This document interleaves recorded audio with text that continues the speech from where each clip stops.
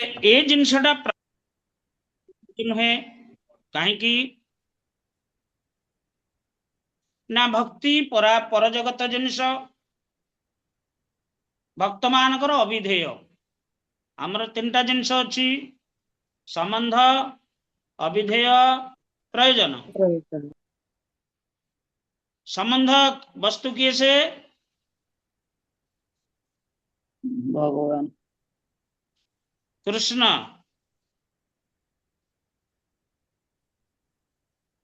संबंध वस्तु कृष्ण आज्ञा अविधेय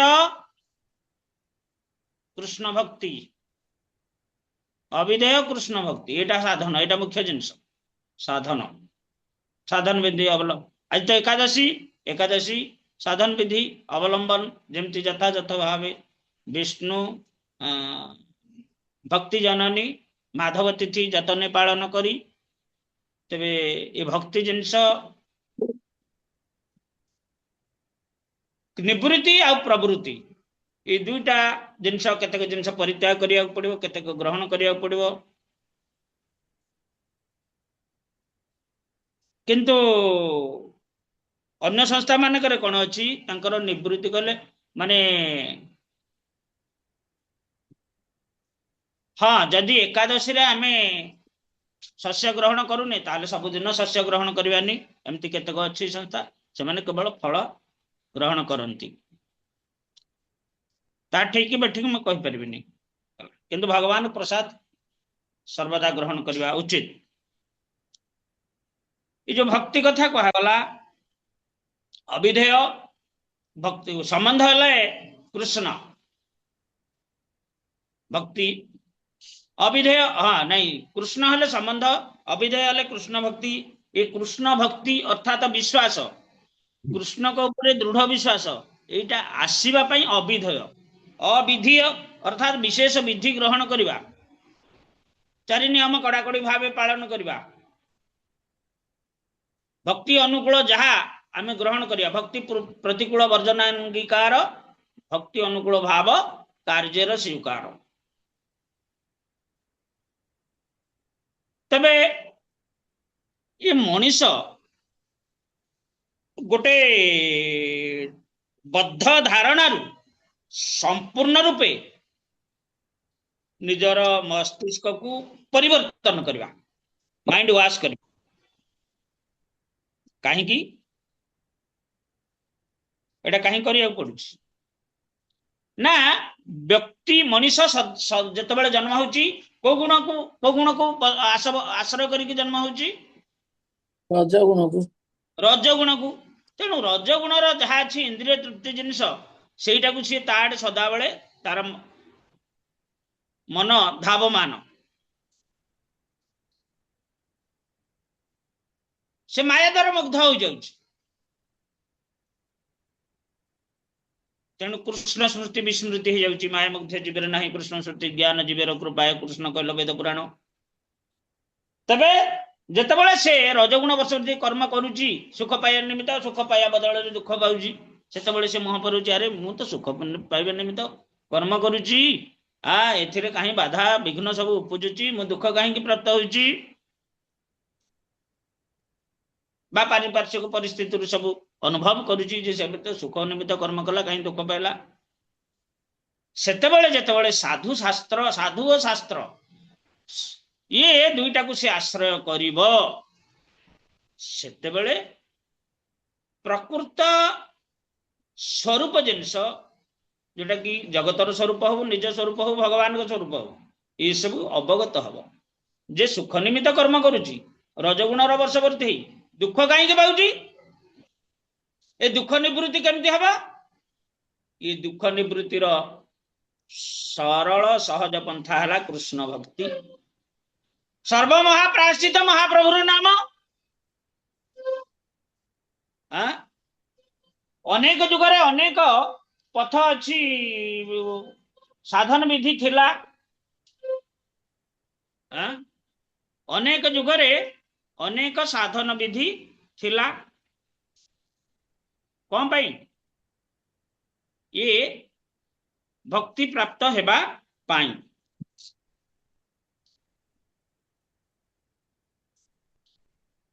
कृते ध्यायत विष्णु त्रेतया जजते मखई द्वापरे परिचर्या कलौ तद कौन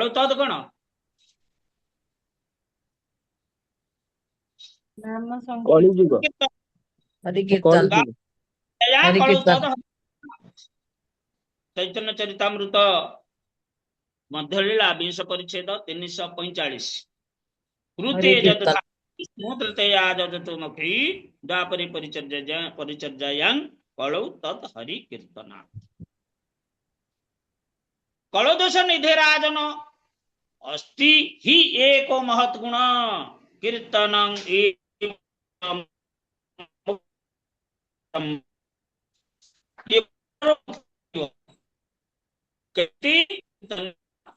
एवं कृष्णकर नाम गुण कीर्तन कले ये बंधन रु कलिर प्रभाव रु मुक्त होई जिवो तबे ये जिनस ये जो कीर्तन जिनस एते रहिया पाइबा कृष्ण चेतना प्राप्त है पाई निजर चेतना को कृष्णमय करिबा पाई से कृष्ण का सहित प्रथमे संबंध करिया को पड़िबो तापरे कृष्ण भक्ति केमती प्राप्त हेबो सेति पे विधि अवलंबन करिबो तापरे कोन ये संबंध कृष्ण अविधेय प्रेम लास्ट प्रयोजन पिला प्रयोजन प्रयोजन वस्तु वस्तु कृष्ण होला प्रेम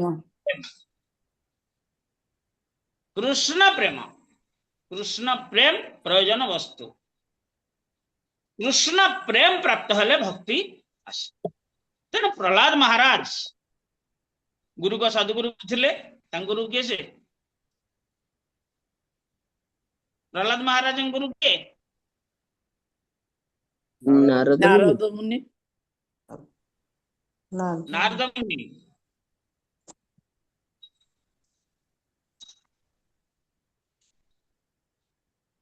तबे नारद दत्य बालक माने पचारुछंती प्रहलाद अरे तू एते कथा शिखिलु कोठू तू तो आम साथी गुरुकुल रे पाठ पढ़ी गुरु तो केते तोते पढ़े ना जिनस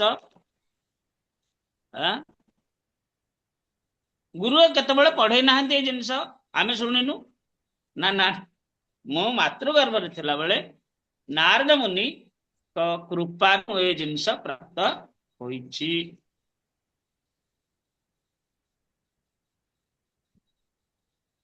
तेणु एठी कह जाइछि अकाम सर्वकामेभ्यो काम बा मोक्ष काम उदारधि तीव्रेण भक्ति योगेन जजते पुरुष परः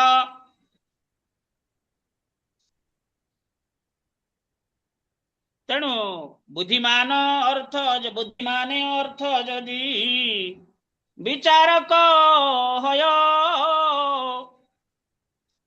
निज काम लागी तबे कृष्ण रे भजय बुद्धिमान लोक निजर कार्य पाई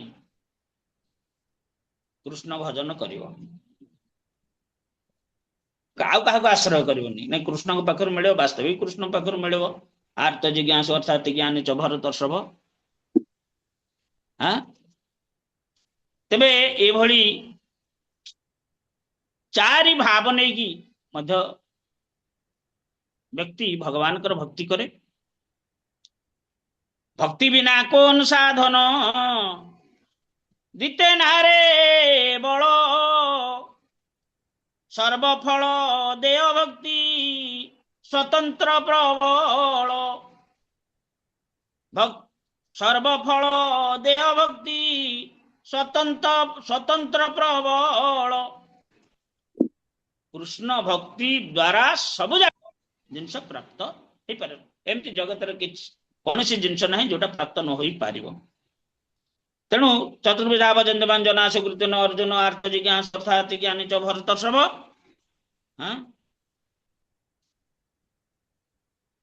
किए मुख्य निमित्त किए दुख निवृत्ति निमित्त आर्त ज्ञान अर्थात ज्ञानी की ज्ञान प्राप्त निमित्त भगवान को भजन करे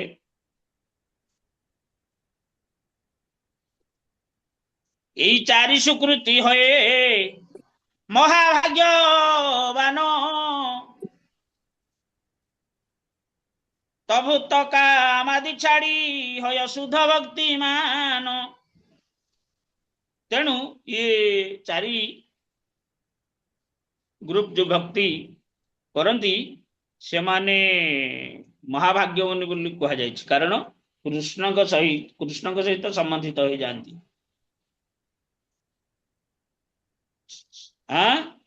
ତେଣୁ ତତ୍ତ୍ୱତଃ କାମାଦି ଛାଡି ହୟ ଶୁଦ୍ଧ ଭକ୍ତି ମାନ। ଆଗ ସକାମ କର୍ମ କରିବ, ଅପରାଧ ଯୁକ୍ତ ନାମ କରିବ, ଆସ୍ତେ ଆସ୍ତେ ଅପରାଧ ଦୂରୀଭୂତ ହେଇଯିବ, ସକାମ ଭାବ ଦୂରୀଭୂତ ହେଇକି ନିଷ୍କାମ ଭାବ ପ୍ରାପ୍ତ ହେଇପାରିବ। କିନ୍ତୁ ପ୍ରଥମେ ଆଗକୁ ହେଲେ ଆମେ କହିବା ନା ନା ନା ନା ବାବା ତୁ ଇସ୍କନକୁ ଆସିଛୁ, ଲୁଗା ଏମିତି ପିନ୍ଧିବୁ, କଣ୍ଠି ଏମିତି ଧାରଣ କରିବୁ, ଜପମାଳା ଏମିତି କଲେ ତୁ ଏଣ୍ଟ୍ରି କରିବୁ, ତାହେଲେ କେହି ଆସିବେନି। ତେଣୁ ପ୍ରଥମତଃ ଆସିଲା ପରେ ବ୍ୟକ୍ତି ତାର ଯୋଉ ସକାମ ଭାବଟା ଦୂର ହେଇ ନିଷ୍କାମରେ ପର୍ଯ୍ୟବେସିତ ହବ। ସାଧୁ ସଙ୍ଗ କୃପା କିବା କୃଷ୍ଣେର କୃପାୟ କାମାଦି ଦୁସଙ୍ଗ ଛାଡି ଶୁଦ୍ଧ ଭକ୍ତି ପାୟ। ସାଧୁ ସଙ୍ଗ କୃପା କିବା କୃଷ୍ଣେର କୃପାୟ କାମାଦି ଦୁସଙ୍ଗ ଛାଡି ଶୁଦ୍ଧ ଭକ୍ତି ପାୟ। ସତ୍ସଙ୍ଗାନ୍ମୁକ୍ତ ଦୁସଙ୍ଗೋ ହାତୁ ନୋତ ସତେ ବୁଧ କୀର୍ତ୍ୟମାନ ଯଶୋଜସ୍ୟ ସୁକୃଦା କର୍ଣ୍ଣ ରୋଚନମ୍। ଶ୍ରୀମଦ ଭାଗବତମ 1:11। ତେବେ এই ସିଦ୍ଧାନ୍ତରେ ପହଞ୍ଚିଲେ ଯେ କୃଷ୍ଣ ଭକ୍ତି ହିଁ ମୁଖ୍ୟ ଜିନିଷ, ତଦ୍ୱାରା ସବୁ ପ୍ରକାର ସମସ୍ୟା ସମାଧାନ ହେବ। ଯାହା ପ୍ରାପ୍ତ ହେବାର ଅପ୍ରାପ୍ତ ବସ୍ତୁ ତାହା ମଧ୍ୟ ପ୍ରାପ୍ତ ହେଇପାରିବା। ଅପ୍ରାପ୍ତ ବସ୍ତୁ କଣ? ଅପ୍ରାପ୍ତ ବସ୍ତୁ କଣ? ଭକ୍ତ ମାନଙ୍କର ଅପ୍ରାପ୍ତ କୃଷ୍ଣ ପ୍ରେମ। କୃଷ୍ଣ ପ୍ରେମ କାହାକୁ ମିଳେନି? କାହାକୁ ମିଳେନି? ଭଗବାନ ଦିଅନ୍ତି, କିନ୍ତୁ ସାଧୁଙ୍କ କୃପାରୁ ସେଟା ମିଳେ। ସାଧୁ କୃପା କଲେ କୃଷ୍ଣ କୃପା କରିବେ। ତାହେଲେ ଆମର ଏଇ ଯୋଉ ଅନର୍ଥ ଇତ୍ୟାଦି ଅଛି, କାମ ଆଦି ଦୁସଙ୍ଗ ଛାଡି ଶୁଦ୍ଧ ଭକ୍ତି ପାଏ, ସେତେବେଳେ ସେ ଶୁଦ୍ଧ ଭକ୍ତି ପ୍ରାପ୍ତ ହେବ। ସେଇଟା ହଉଛି ଆମର ପ୍ରয়োଜନ ବସ୍ତୁ।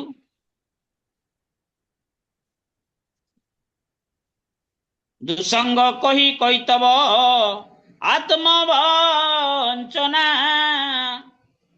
କୃଷ୍ଣ କୃଷ୍ଣ ଭକ୍ତି ନା ବିନା ନାଇଁ ଅନ୍ୟ କାମନା।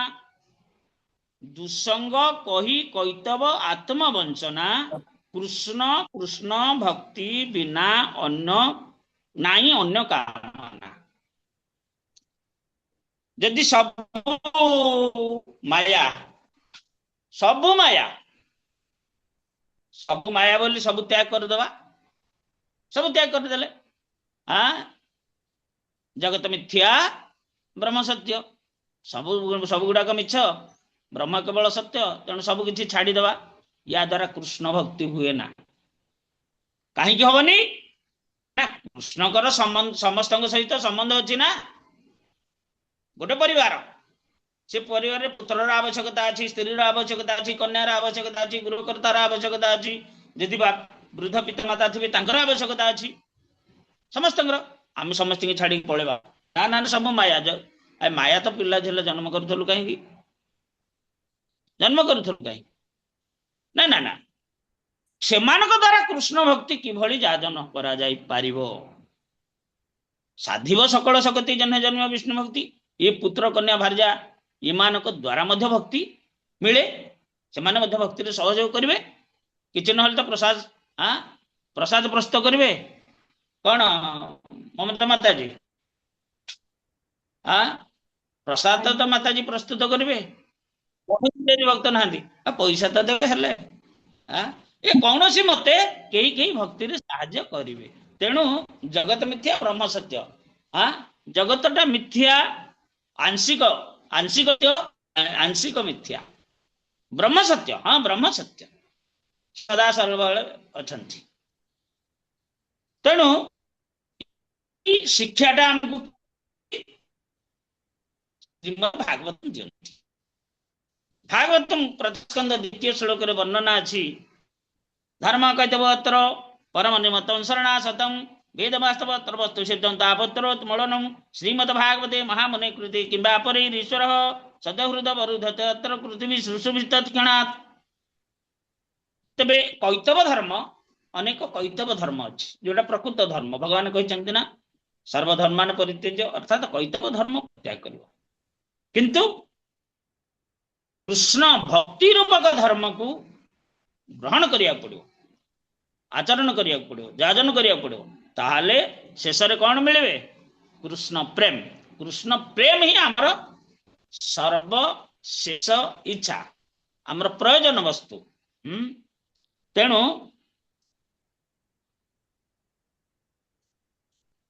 कृष्ण प्रेम प्राप्ति हेबा पई आमे सब प्रकार प्रचेष्टा करबा उचित।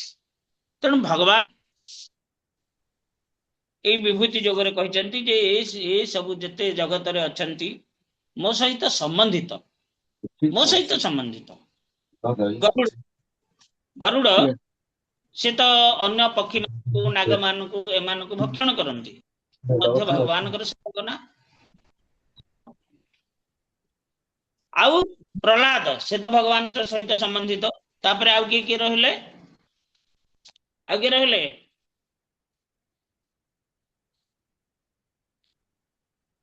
मृगाणा मृगेन्द्र मृग कहले पशु आउ मृगेन्द्र कहले पशु मानकर राजा किए से सिंह ताठर बल अच्छी सिंहर केतटा गुण अच्छी से गुण अच्छा गोटे जिनस अच्छी जोटा कि अप्राप्य वस्तु गोटे सिंह क्षीर अप्राप्य वस्तु किंतु ताहा एक महत काम रे लागे किंतु ता सिंह क्षीर को स्वर्ण पात्र रे संग्रह करा जाए साधारण पात्र रे संग्रह करा जाए नहीं। ये काल कथा कहा जायछि काल कौन होची क्षयकारी शक्ति काल विषय तो ये पंचविंश तत्व भगवान कर कार्यकारिणी शक्ति जगत रे भल मंद सुख दुख जय पराजय भाव अभाव ये सब सृष्टि करुची काल क्षय करुची यदि काल क्षय कर न होता ताहले आम मानकर गर्व अहंकार बढ़ी जाता नहीं देख नेत्र जहाँ चौदिगर से सब अटई मुधीश्वर आउ कई ना बर्तमान जमती अमेरिका कहूँ जे नाई नाई नाई मु मोर कथा जो चाहिए जो जिन संग्रह करी सी गोटे संघ नाटो संघ करी इत्यादि इत्यादि सारा पृथ्वी को नचाउछन्ति जी ता कथा न मानिला सी तार रोषर शिकार होइछि। यदि माने मरु न थांते ताहले कौन करते माने जगतटा को रखंतेनी।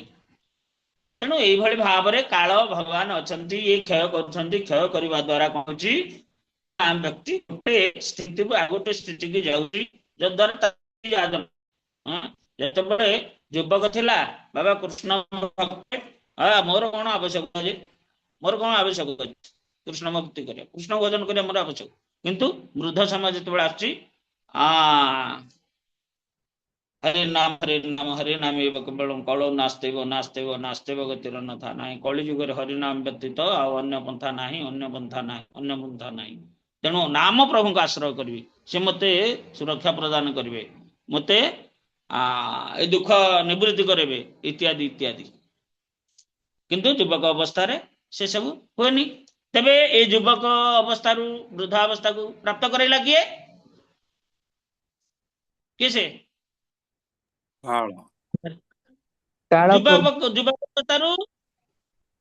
प्रभु जी काल तेणु काल शक्ति होची काल तेणु काल होची सर्वश्रेष्ठ शक्ति ताठु आउ शक्ति नहीं ए जगत रे से समस्त की क्षय करेगा समस्त की भगवान आसले मध्य तांको कह देबो नै केते समय पे आसलंदी आपण नियम अनुसार फिक्स हो एति समय 125 वर्ष 129 वर्ष हेति की तापरे भगवान श्री रामचंद्र को पाखु जाइथिला भगवान कृष्ण को पाखु मध्य गले हां कोन ଆପଣଙ୍କର ସମୟ ହେଇଗଲା ପ୍ରଭୁ, ଫେରି ଯିବାର ସମୟ। ନା ହଁ, ତାର ବ୍ୟବସ୍ଥା କରିବା ଆଉ। ତେଣୁ ମୌସଳୀ ଲୀଳା କଲେ। ଆଉ ଭଗବାନ ଶ୍ରୀରାମଚନ୍ଦ୍ର ପ୍ରଥମେ ଲକ୍ଷ୍ମଣକୁ ପରିତ୍ୟାଗ କଲେ, ଏଇ ସୀତାଦେବୀଙ୍କୁ ପରିତ୍ୟାଗ କଲେ, ତାପରେ ଲକ୍ଷ୍ମଣକୁ ପରିତ୍ୟାଗ କଲେ, ଏଭଳି ସବୁ ପରିତ୍ୟାଗ କରିକରି ଶେଷରେ ଜଳ ସମାଧି ନେଇଗଲେ। ତେଣୁ ଏସବୁ ଜିନିଷ ଏଇ ଜିନିଷ ଆମେ ଅନୁଭବ କରୁଛେ, କିନ୍ତୁ ଆମର ପ୍ରାପ୍ୟ ହେଉଛି କୃଷ୍ଣ ପ୍ରେମ। ଯେଉଁମାନେ କୃଷ୍ଣ ପ୍ରେମ ପ୍ରାପ୍ତି ନିମିତ୍ତ ବ୍ୟାକୁଳିତ, ସେମାନେ ସର୍ବଦା କାଳକୁ ସ୍ୱାଗତ କରନ୍ତି। କାରଣ ମୋର ଏମିତି ଗୋଟିଏ ନିମିଷ ମଧ୍ୟ କୃଷ୍ଣ ଭକ୍ତି ବ୍ୟତିରେକ ବା କୃଷ୍ଣଙ୍କୁ ସ୍ମରଣ ବ୍ୟତୀତ ବ୍ୟର୍ଥରେ ନ ଯାଉ, ମୁଁ ସବୁ ସମୟରେ ଯେମିତି କୃଷ୍ଣକୁ ସ୍ମରଣ କରିପାରୁଥିବି। କଣ ମୋ ମତାମତ ଅଛି? ଏ ଭାବନା ଆସୁଛି ନା ନାଇଁ? ଆଜ୍ଞା। ତେଣୁ ଭାଗବତମ ରେ କୁହାଯାଇଛି 29 ନମ୍ବର ଶ୍ଲୋକର ଭାଷ୍ୟରେ, ତସ୍ମାତ୍ ଭାରତ ସର୍ବାତ୍ମା ଭଗବାନ ଈଶ୍ୱର ହରିଃ ଶ୍ରୁତବ୍ୟ କୀର୍ତ୍ତିତବ୍ୟଶ୍ଚ ସ୍ମର୍ତ୍ତବ୍ୟଶ୍ଚ ଭୟମ୍। ହେ ଭରତ ବଂଶଜ, ଯେଉଁ ବ୍ୟକ୍ତି ସମସ୍ତ ଭାବ ଦୁଃଖରୁ ମୁକ୍ତ ହେବାକୁ ଇଚ୍ଛା କରନ୍ତି, ତାଙ୍କୁ ନିଶ୍ଚିତ ଭାବେ ଭଗବାନଙ୍କର ଦିବ୍ୟ କଥା ଶ୍ରବଣ କରିବାକୁ, ତାଙ୍କର ନାମ ଗୁଣ ଯଶ କୀର୍ତ୍ତନ କରିବାକୁ, ତାହାଙ୍କୁ ସତତ ସ୍ମରଣ କରିବାକୁ ହେବ ଯେ ଭଗବାନ ହେଉଛନ୍ତି ପରମାତ୍ମା ଈଶ୍ୱର, ସମସ୍ତଙ୍କର ତ୍ରାଣ, ସମସ୍ତ ଦୁଃଖର ତ୍ରାଣ କର୍ତ୍ତା। ଆଜି କେତେ ଶ୍ଲୋକ ପର୍ଯ୍ୟନ୍ତ ପାଠ କଲେ? ଆଜି ପ୍ରଭୁ ଦୁଇଟି ପ୍ରଭୁ ହେଇଛି, 32 ଯାଏ। 31 32। 32। ହଁ, ବଡ ବଡ ବହୁତ 31। ଥିଲା। ଯାହାଙ୍କର ମାୟା ବିଦ୍ୟାଦି ଶକ୍ତି ସମୂହ ଜଡୀୟ ଦୈତ୍ୟ ଭାବ ଅଦୈତ୍ୟବାଦ ଓ ସ୍ୱଭାବ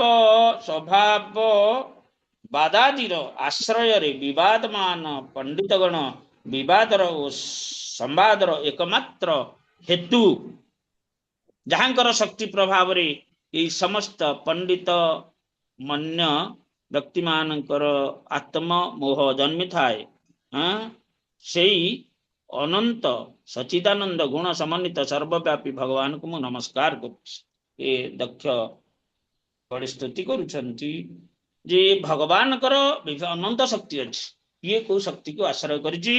ତେଣୁ ମାୟା ବିଦ୍ୟାଦି ଶକ୍ତି ସମୂହ ଜଡୀୟ ଦ୍ୱୈତବାଦ ଅଦ୍ୱୈତବାଦ ସ୍ୱଭାବ ବାଦାଦି ଆଶ୍ରୟର ବିବାଦମାନ ପଣ୍ଡିତଗଣ, ଏଇ ଯୋଉ ବାଦ ଅଛି, ଏଇ ଯୋଉ ମତବାଦ, ଏଇ ମତବାଦକୁ ଆଶ୍ରୟ କରିଥିବା ପଣ୍ଡିତଗଣ କଣ କରନ୍ତି ନା ଏ ବିବାଦ ଓ ସମ୍ବାଦ ହେତୁ ଯାହାଙ୍କର ଶକ୍ତି ପ୍ରଭାବରେ ସମସ୍ତ ପଣ୍ଡିତ ମନ୍ୟ ବ୍ୟକ୍ତି ମାନଙ୍କର ଆତ୍ମମୋହ ଜମିଥାଏ। ମୋଠୁ ବଡ ଜ୍ଞାନୀ ଆଉ କେହି ନାହାନ୍ତି, ମୋଠୁ ବଡ ଜ୍ଞାନୀ କେହି ନାହାନ୍ତି। ତେଣୁ ସେଇଭଳି ଏଇ ଭାବଟା ମଧ୍ୟ ଭଗବାନଙ୍କ ଠାରୁ ଆସେ, କାରଣ ଅନନ୍ତ ଶକ୍ତି ଭଗବାନଙ୍କର ନା। ତେଣୁ ସେଇ ଭଗବାନଙ୍କୁ ମୁଁ ପ୍ରଣାମ କରୁଛି। এই କଥା କିଏ କହୁଛନ୍ତି? ଦକ୍ଷ କହୁଛନ୍ତି।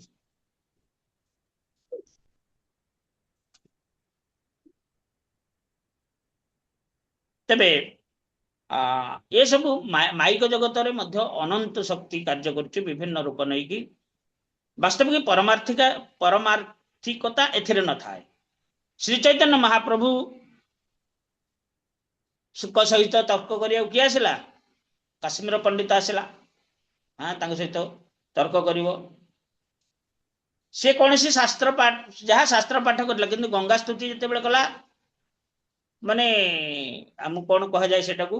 ଆଶୁକବି ଅର୍ଥାତ ଦେଖିକି ବର୍ଣ୍ଣନା କରିଗଲା, ଅନର୍ଗଳ ଗାଳି ଦେଇଗଲା, ଗାଇ ଦେଇଗଲା ଅନର୍ଗଳ। କେତେ 28 ନା 30 କେତେ ଶ୍ଲୋକ ଗାଇଲା। ମହାପ୍ରଭୁ ଗୋଟିଏ ଶ୍ଲୋକ ମନେ ରଖିଦେଲେ ସାଙ୍ଗେ ସାଙ୍ଗେ, ସବୁ ଶ୍ଲୋକ ମନେ ରଖିଲେ ମହାପ୍ରଭୁ, କିନ୍ତୁ ଗୋଟିଏ ଶ୍ଲୋକର ଛିଦ୍ର ବାଛିଲେ। ଭବାନୀ ଭର୍ତ୍ତୁ, ଆରେ ଭବାନୀ ଭର୍ତ୍ତୁ କଣ ନା ଭବାନୀ ଅର୍ଥାତ ଭବାନୀଙ୍କର, ଭବାନୀ ଅର୍ଥାତ ଭବାନୀଙ୍କର ସ୍ୱାମୀ ହେଲେ କିଏ? ଶିବ। ସେଇ ଯୋଗୁଁ ତାଙ୍କ ନାଁ ଭବାନୀ, ଭବଙ୍କର ସ୍ତ୍ରୀକୁ ଭବାନୀ କୁହାଯାଏ। ଆଚ୍ଛା ଭବାନୀ ଭର୍ତ୍ତୁ କହିଲେ ଶିବ ସ୍ୱାମୀଙ୍କର ଆଉ ଜଣେ କିଏ ସ୍ୱାମୀ? ଏଭଳି କେତେଟା କେତେଟା ଛିଦ୍ର ଆଳଙ୍କାରିକ ଛିଦ୍ର ମହାପ୍ରଭୁ ବାହାର କଲେ। ତେଣୁ ପ୍ରଭୁଜୀ ଏଠି ସିଏ କାଶୀତ 62ଟା ଛିଦ୍ର। ଆଜ୍ଞା ପ୍ରଭୁଜୀ 62ଟା ଏକା ଛିଦ୍ର। ଗଲା। ହଁ ମତେ ତୁମେ ବର ଦେଲ, ପୁଣି ଏଭଳି ଲୋକ ଯେ ଗୋଟେ ସାଧାରଣ ବାଳକ ପଣ୍ଡିତ ମତେ ପରାସ୍ତ କରିଦେଲା। ସରସ୍ୱତୀ ମାତା କହିଲେ ତୁ ଶେଷରେ ଆଉ କେହି ମିଳିଲେନି, ଶେଷରେ ମୋର ପ୍ରଭୁଙ୍କ ପାଖରେ ଯାଇକି ପହଞ୍ଚିଗଲୁ। ସେ ହଉଛନ୍ତି ମୋର ପ୍ରଭୁ। ତେଣୁ ପ୍ରାତ ମୁହୂର୍ତ୍ତରେ ଆସିକି ମହାପ୍ରଭୁଙ୍କ ପାଦ ଧରିକି ପ୍ରଣାମ କଲା, ପ୍ରଭୁ ମୁଁ ଭୁଲ କରିଦେଲି, ଆପଣଙ୍କୁ ଚିହ୍ନି ପାରିଲେନି। ତାପରେ ଏକ ମୁହାଁ ହେଇକି ଯାଇଛି, ଆଉ ତାର କିଛି ଇତିହାସ ନାହିଁ। ଏଇଭଳି ଜ୍ଞାନ ଶକ୍ତି ବଳୈଶ୍ୱର୍ଯ୍ୟ ବୀର୍ଯ୍ୟ ତେଜସ୍ୟ ଶେଷତଃ ଭଗବତ ଚଦବାଚାନି ବିନା ହୈର ଗୁଣାଦିଭି ଆସୁରୀ ସ୍ୱଭାବ ସମ୍ପନ୍ନ ମନୋଧର୍ମୀ ଗଣ ଭଗବାନଙ୍କର ଦିବ୍ୟ ଗୁଣାବଳୀ ରୂପ ଲୀଳା ବୀର୍ଯ୍ୟ ଜ୍ଞାନ ଐଶ୍ୱର୍ଯ୍ୟ କଥା କେବେ ହେଲେ ବୁଝିପାରିବେ ନାହିଁ। ଭଗବାନଙ୍କର ରୂପ ଗୁଣ ଲୀଳାଦି ଭୌତିକ ଦୋଷ ଦୁଷ୍ଟ ନୁହନ୍ତି। କିନ୍ତୁ ମନୋଧର୍ମୀ ଗଣ କହିବେ ଆମ ଭଳିଆ ତ ସିଏ ଆଉ କଣ। ତାପରେ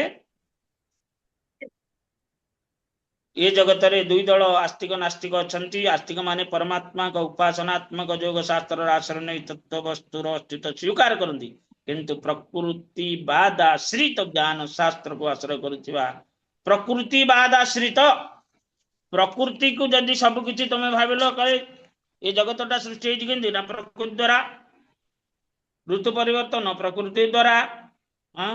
ଏଭଳି ଯଦି ପ୍ରକୃତିବାଦ ଆଶ୍ରିତ ଜ୍ଞାନକୁ ଆଶ୍ରୟ କରିବ, ତେବେ କରୁଥିବା ସାଂଖ୍ୟଜ୍ଞାନୀ ଗଣ ନିର୍ବିଶେଷ ଭାବ ତତ୍ତ୍ୱବସ୍ତୁର ଅସ୍ତିତ୍ୱ ସ୍ୱୀକାର କରନ୍ତି ନାହିଁ। ସେମାନେ ପରମ କାରଣ ଭଗବାନ ପରମାତ୍ମା କିମ୍ବା ବ୍ରହ୍ମକୁ ସ୍ୱୀକାର କରନ୍ତି ନାହିଁ। ସେହି ଅସ୍ତି ଓ ନାସ୍ତି ବିଚାର ନେଇ ଦ୍ୱନ୍ଦ୍ୱରତ ବିରୁଦ୍ଧ ଧର୍ମାଶ୍ରିତ ଆସ୍ତିକ ଓ ନାସ୍ତିକ ଗଣ ଅନ୍ତିମେ ଏକ ପରମ ବ୍ରହ୍ମ ବସ୍ତୁକୁ ହିଁ ପ୍ରତିପାଦନ କରନ୍ତି ବୋଲି କହିବାକୁ ହେବ। କାରଣ ଉଭୟଙ୍କ ମତ ବିଭିନ୍ନ ହେଲେ ସୁଦ୍ଧା ଭାବ ଓ ଅଭାବ ଉପରେ ଏ ଯେ ଏକଟି ଅଧିଷ୍ଠାନ ପ୍ରତ୍ୟୟ ହୋଇଛି, ସେହି ବୃହତ ପରମ ବ୍ରହ୍ମ। ମୁଁ ତାହାଙ୍କୁ ନମସ୍କାର କରେ। କଣ ଦକ୍ଷ କହୁଛନ୍ତି? ଆସ୍ତିକ ମାନେ ତତ୍ତ୍ୱବସ୍ତୁକୁ ସ୍ୱୀକାର କରନ୍ତି। ନାସ୍ତିକ ମାନେ ତତ୍ତ୍ୱବସ୍ତୁକୁ ସ୍ୱୀକାର କରନ୍ତିନି, କିନ୍ତୁ କାହାକୁ ସ୍ୱୀକାର କରନ୍ତି? ପ୍ରକୃତିକୁ ସ୍ୱୀକାର କରନ୍ତି। ତେବେ ପ୍ରକୃତି କୋଉଠି ସୃଷ୍ଟି ହେଇଛି? ମୋଟାମୋଟି ହେଲେ ପ୍ରକୃତି ତ ଭଗବାନଙ୍କର ଏକ ଶକ୍ତି ନା। ମାୟା ଭଗବାନଙ୍କର ଶକ୍ତି, ଭଗବାନଙ୍କର ବହିରଙ୍ଗା ଶକ୍ତି। ତେଣୁ ଏଇଠି ଦକ୍ଷ କହୁଛନ୍ତି ସେ ସିଧା ଭାତ ଖାଇବା ଆଉ ହାତ ବୁଲେଇକି ଭାତ ଖାଇବା ଏକା ଖାଇବା ହବ। ଅବଶ୍ୟ ସେଇଟା ଟିକେ କଷ୍ଟ ହେଇପାରେ, କିନ୍ତୁ ଦିଟା ଯାକ ଏକ ଜିନିଷ ବୋଲି ଏଇଠି କହିକି ସେଇ ଭଗବାନଙ୍କୁ ପ୍ରଣାମ କରୁଛନ୍ତି। ହରେ କୃଷ୍ଣ। ଜୟ ଶ୍ରୀ ପ୍ରପାତ ଉପସ୍ଥିତ ଗୌର ଭକ୍ତ ବୃନ୍ଦ ଜୟ ପିତା ଗୌର ପ୍ରେମାନନ୍ଦେ। ହରି ହରି ବୋଲ। ହରେ କୃଷ୍ଣ। ସମସ୍ତଙ୍କୁ ଦଣ୍ଡବତ ପ୍ରଣାମ। ଶ୍ଲୋକ ନମ୍ବର 30।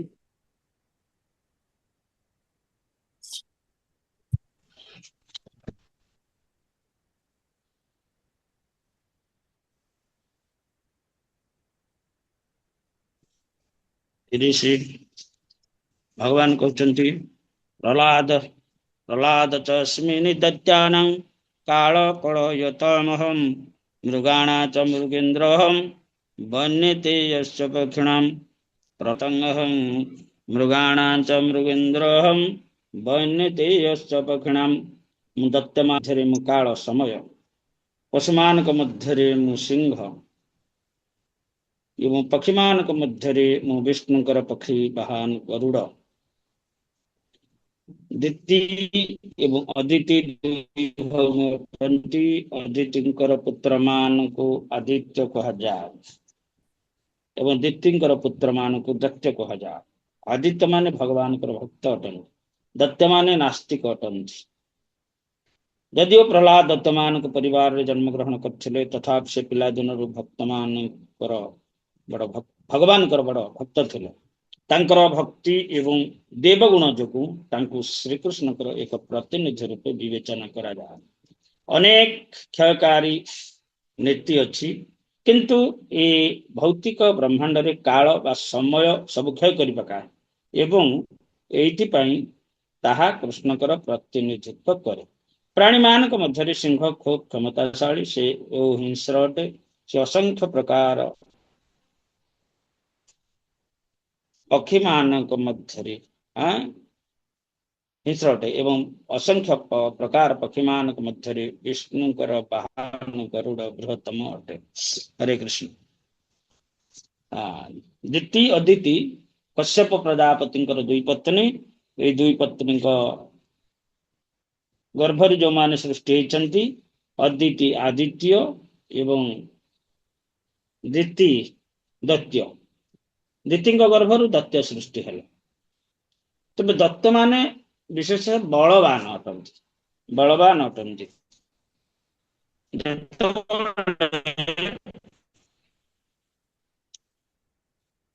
କଳିଯୁଗରେ ଭାଗବତ କଥା ଆଲୋଚନା ହେଇଥିଲା ଭକ୍ତି ଦେବୀଙ୍କର କଷ୍ଟ ନିବୃତ୍ତି ନିମିତ୍ତ। ସେତେବେଳେ ପ୍ରହ୍ଲାଦ ଆସିଥିଲେ, ଅର୍ଜୁନ ଆସିଥିଲେ। ଏମାନେ ସବୁ ଝାଞ୍ଜ ବଜେଇଥିଲେ, ଝାଞ୍ଜ, ବଡ ବଡ ଝାଞ୍ଜ। ସାର ମାନେ ତାର ଶବ୍ଦ ମାନେ ସ୍ୱର୍ଗଲୋକକୁ ଶୁଭିବ। ଆଦିତ୍ୟ ମାନଙ୍କ କଥା ମଧ୍ୟ ଆଗକୁ ଆମେ ଭାଗବତରେ ପାଠ କରିବା। ଏଇ ଯୋଉ ଭକ୍ତି ଜିନିଷଟା, ଭକ୍ତି ଜିନିଷଟା ବ୍ୟକ୍ତି ଚେଷ୍ଟା କରି ପ୍ରାପ୍ତ ହୁଏ ନା ଭଗବାନଙ୍କର କୃପାରୁ ମିଳେ? ହରେ କୃଷ୍ଣ। ଦଣ୍ଡବତ ଭଗବାନଙ୍କ କୃପାରୁ ମିଳେ। ଭଗବାନ କୃପା ନକଲେ ଭକ୍ତି ଆସିବନି ଜମା। ଜମା ଭକ୍ତି ଆସିବନି ଭଗବାନ କୃପା ନ କଲେ। ବାସ୍, ଭଗବାନଙ୍କ କୃପା ନ କଲେ ଭକ୍ତି ଆସିବ ନାହିଁ। କାରଣ ଭକ୍ତି ଏମିତି ଗୋଟେ ଜିନିଷ, ଭକ୍ତି ଲଭିବାରେ କାହାର ନାହିଁ ଶକ୍ତି। ଚୈତନ୍ୟ ଚରିତାମୃତ, ଭକ୍ତି ଲଭିବାରେ କାହାର ନିଜର ଶକ୍ତି ନାହିଁ। ଭଗବାନ କୃପା କଲେ ଭକ୍ତି ମିଳିବ। ଭଗବାନଙ୍କ କୃପା ପ୍ରାପ୍ତ ହେବା କେମିତି? କେମିତି ପ୍ରାପ୍ତ ହେବା? ମାନେ ଗୁରୁ ବୈଷ୍ଣବଙ୍କ କୃପା ଦ୍ଵାରା ଭଗବାନଙ୍କର ଆମେ ଇଏ ହେଇପାରିବା। ଗୁରୁ ବୈଷ୍ଣବଙ୍କର କୃପା ଦ୍ଵାରା ହିଁ ଭଗବାନଙ୍କର ଭକ୍ତି ବା କୃପା ପ୍ରାପ୍ତ ହେଇପାରିବା, ନଚେତ ହେଇପାରିବନି।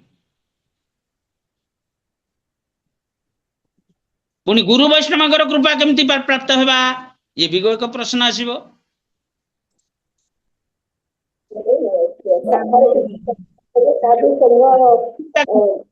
ସାଧୁ ସଙ୍ଗରେ।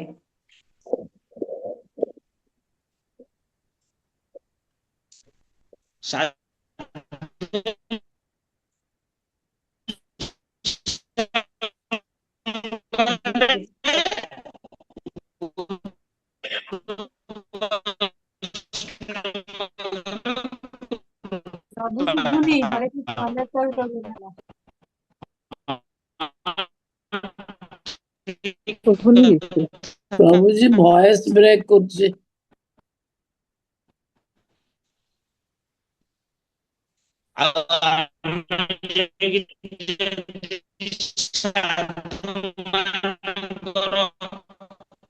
ପ୍ରଭୁ ଶୁଭୁନି କିଛି।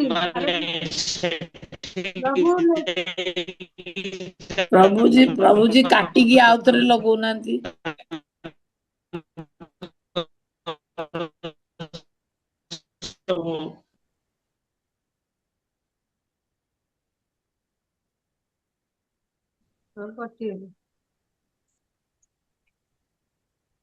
ଶୁଭିଲା? ଆଜ୍ଞା ଶୁଭିଲା।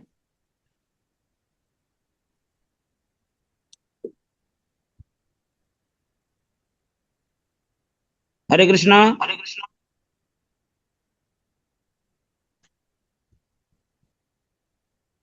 हरे कृष्ण ଆଜ୍ଞା ପ୍ରଭୁଜୀ ଶୁଭିଲା। ପ୍ରଭୁ ଯୋଡେ ଯୋଡେ ମୋବାଇଲ ରଖିଛନ୍ତି ବୋଧେ। ହରେ କୃଷ୍ଣ ପ୍ରଭୁ। ଇକୋ ହଉଛି। ପାଖାପାଖି ଦିଟା ରହିଯାଇଥିବ ସେଥିପାଇଁ।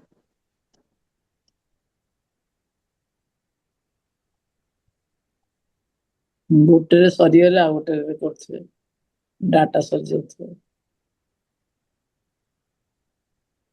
हरे कृष्ण ଏଟା କଣ ଶୁଭୁନି ତ?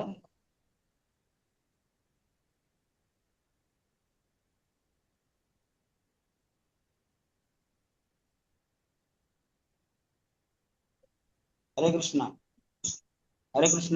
ଆଜ୍ଞା ପ୍ରଭୁ। ଶୁଭିଲା। ଆଜ୍ଞା ପ୍ରଭୁ ଶୁଭିଲା। ଏଇଟା ବି ସାଉଣ୍ଡ ହଉଛି। ନାଇଁ ହଉଛି ଏବେ ଠିକ ଆସିଲା। हरे कृष्ण ଇକୋ ହରେ ଇକୋ ହଉଛି।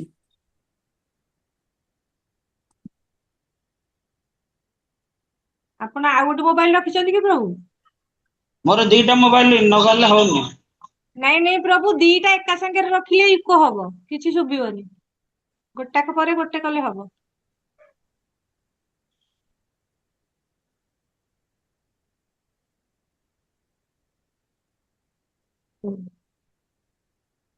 ଗୋଟେର ନେଟ୍ ସରିବ ଯଦି ଆଉ ଗୋଟେ ଆରମ୍ଭ କରିବ ତାହେଲେ ହବ।